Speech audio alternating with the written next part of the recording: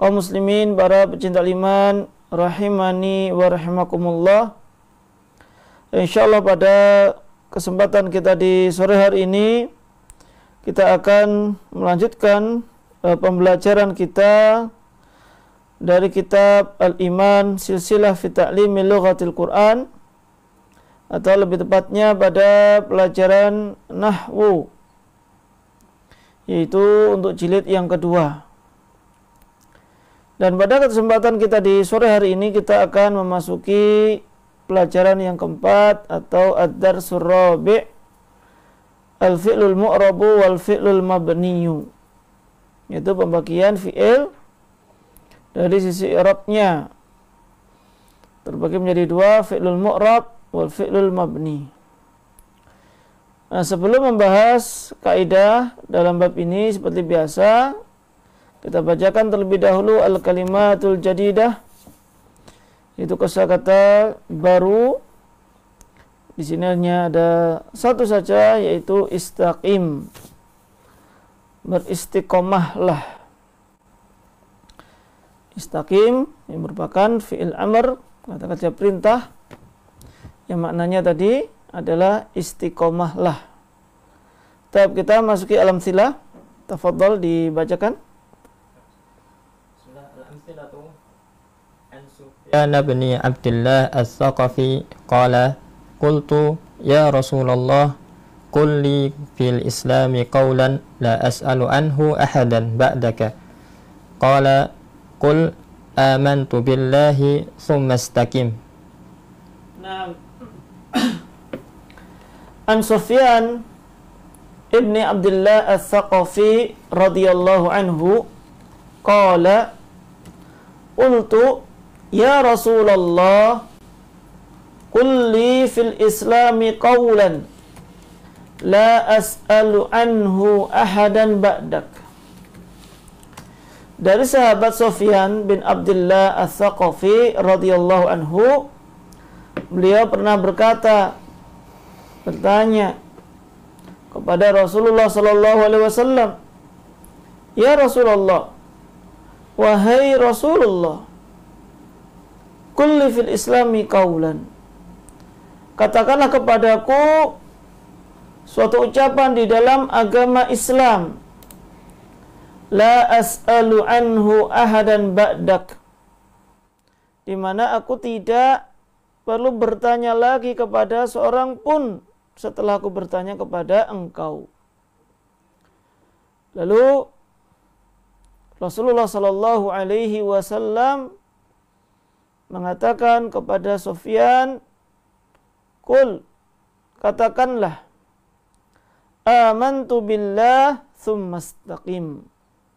Katakanlah, aku telah beriman kepada Allah, kemudian istiqomahlah. Ini hadis yang sahih, dan ternyata diriwayatkan oleh Imam Muslim dan yang lainnya. Nah, ini hadis yang sangat menarik untuk kita ambil pelajaran darinya, yaitu khususnya berkaitan dengan istiqomah. Nah, kalau kita melihat di dalam hadis yang mulia ini, kita melihat bagaimana kesungguhan dari Sufyan bin Abdullah, dan ini juga merupakan sifat dari sahabat-sahabat yang lainnya juga, yaitu bagaimana kesungguhan mereka dalam bertanya kepada Rasulullah sallallahu alaihi wasallam, khususnya perkara agama, khususnya perkara akhirat. Mereka bertanya kepada Rasulullah sallallahu alaihi wasallam. Padahal Rasulullah itu kalaupun tidak ditanya, itu pasti akan menjelaskan seluruh perkara agama ini. Karena ini termasuk bagian dari risalah yang dengannya Rasulullah diutus oleh Allah Subhanahu wa taala. Namun karena hausnya para sahabat akan ilmu, mereka ingin mendapatkan nasihat dari Rasulullah SAW. Mereka pun bertanya kepada Rasulullah SAW. Dan apa yang ditanyakan oleh Sufyan di sini bukan pertanyaan remeh. Namun sebenarnya pertanyaan yang kalau kita melihat dari pertanyaannya, ini seharusnya membutuhkan jawaban yang banyak, yang panjang. Ya Rasulullah, katakanlah kepadaku suatu ucapan di dalam agama Islam di mana aku enggak bertanya lagi kepada selain engkau. Berarti di sini sepertinya pengen menanyakan banyak hal yang bisa menjadikan Sufyan itu ya puas dengan jawabannya tadi, tercukupi dengan jawaban tadi yang akan dijadikan sebagai pegangan. Ini sudah siap-siap mungkin mendapatkan nasihat yang banyak dari Rasulullah SAW. Lalu apa nasihat dari Rasulullah? Apa jawaban Rasulullah SAW kepada Sufyan? Maka beliau mengatakan, Qul, katakanlah, amantu billah tsumma istaqim. Katakanlah, aku telah beriman kepada Allah. Kemudian istiqomahlah. Ternyata jawabannya Rasulullah apa? Sangat pendek. Ini merupakan mukjizat yang diberikan oleh Allah Subhanahu wa taala kepada Rasulullah SAW, yaitu diberikan jawami'ul kalim. Apa itu jawami'ul kalim? Sedikit bicara namun syarat akan faedah, manfaatnya banyak, pelajarannya banyak kalau kita mau mempelajarinya, mau merenungkannya, mau membaca syarahnya. Maka nasihat dari Rasulullah, Qul amantu billah tsumma istaqim, ini mengandung makna yang sangat luas, di mana dapat kita ambil pelajaran dari hadis Nabi Shallallahu Alaihi Wasallam di sini adalah pentingnya kita istiqomah di atas keimanan kepada Allah Subhanahu wa taala. Jadi dalam beriman, dalam menjadi orang yang baik, itu bukan sekedar yang penting saya pernah berbuat baik, yang penting saya pernah hijrah, yang penting saya pernah bertakwa, yang penting dulu saya pernah mondok, yang penting dulu saya pernah hafal Al-Quran. Bukan itu perkaranya. Memang itu suatu hal yang penting. Tapi yang lebih penting lagi adalah apakah kita istiqomah di atas kebaikan tadi. Istiqomah di atas ketakwaan tadi. Makanya Allah Subhanahu wa taala juga berfirman yang sering kita dengar ketika khutbah khususnya, ketika membawakan firman Allah Subhanahu wa taala, bahkan dalam khutbatul hajjah seperti ini, memulai ceramah, memulai pengajian, Ustadz sering mengucapkan, membawakan firman Allah, Ya ayyuhalladzina amanu ittaqullaha haqqa tuqatih wa la tamutunna illa wa antum muslimun. Wahai orang-orang yang beriman, bertakwalah kalian kepada Allah dengan sebenar-benar takwa. Di sini ada perintah untuk apa? Bertakwa. Tapi di sini tidak cukup perintah untuk bertakwa. Allah melanjutkan, wala tamutunna illa wa antum muslimun.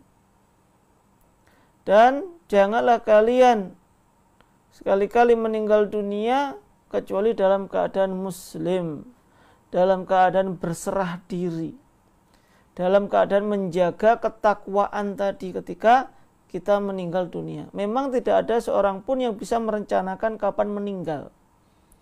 Namun seseorang bisa menyiapkan dirinya ketika dia meninggal dunia, dia dalam keadaan apa.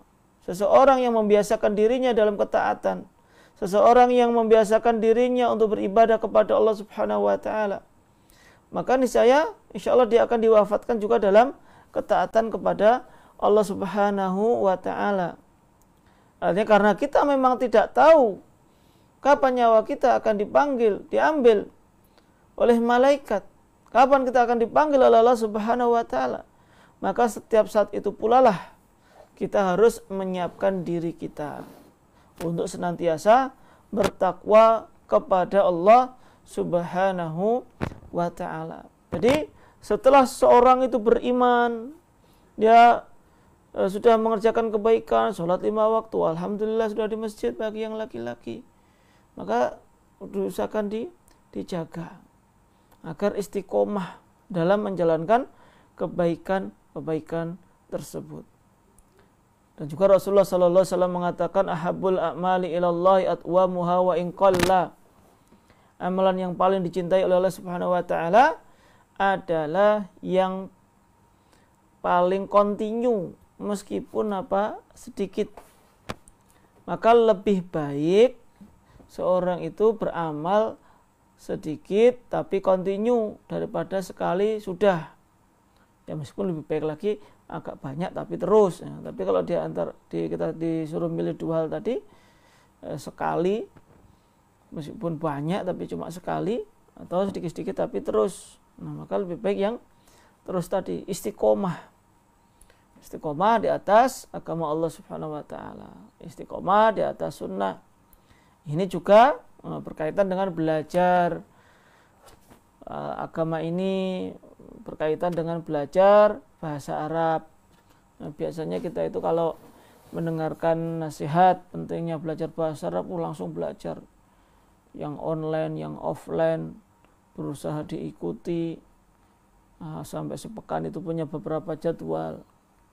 Tapi ternyata semangatnya cuma di awal-awal saja, yaitu yang tidak diinginkan. Namun seseorang itu hendaknya mengetahui keadaan dirinya sendiri. Oh, dia belajar 1 pekan sekali saja, tapi insya Allah kira-kira bisa rutin. Ya memang untuk istiqomah itu berat ya, baik itu berkaitan dengan berpegang teguh di atas sunnah, berpegang teguh di atas agama, ataupun dalam thalabul ilmi, dalam belajar bahasa Arab.